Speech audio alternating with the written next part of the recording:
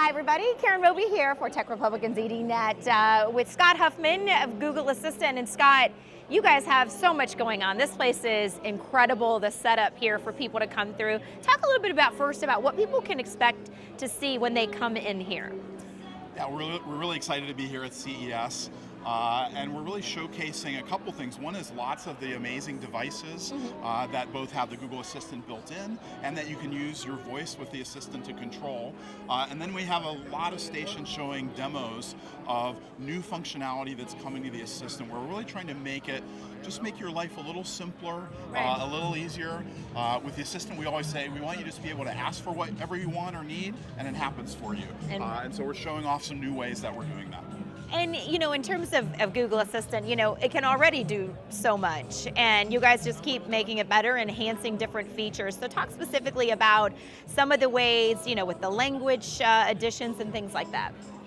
Yeah, so one thing we're really excited about is that we recently crossed a big milestone, which is over 500 million people every month have a conversation with the Google Assistant. And it's in 30 different languages, 90 different countries. So for me, just as a computer scientist, that's pretty amazing. That's amazing. That many people talking to Google to get something done. And we've been constantly working on improving our language and our understanding. One thing that we're kind of showing off here is a feature that we call Read It Now. And what Read It does is just lets you, if you're looking at a web page, say, hey, read that web page to me. My hands are busy. And what we've done behind the scenes is created better voices that sound more natural when reading that longer content. So we've had great voices for a while, things like John Legend, who can read the weather, and very optimized for reading short things. These new voices are very good at reading a whole news article, a web page, a book chapter, and while sounding very natural without fatiguing your ear. And what the team did to do this is actually worked with a bunch of different voice actors, have them actually read longer form content, and then used our machine learning models, which it's called WaveNet, is our technology for creating voices.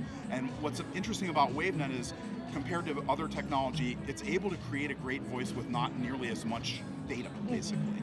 And so we were able to take these things, and the model that WaveNet creates captures what's called the prosody of how people read. So kind of you think about how your voice goes up and down as you talk, and it's different if you're reading something long versus if you're saying something short. And so the models are being able to capture that. Very interesting. And you talked about the machine learning. Talk a little bit more about the tech behind the tech. Well, so the Assistant really is completely these days powered by machine learning. One stat that I love is, think like, what's the simplest thing an Assistant can do for you? Well, maybe it's set an alarm. Right. Well, it sounds simple, set the alarm for 6 a.m. That's simple, right? Right. But even in English, we see that people say that to us in over 3,000 different syntactic variants. They say it in every different way, and so you really can't just write all that down. You need to have machine learning that's able to look at examples and really understand more deeply when someone says this, what do they mean?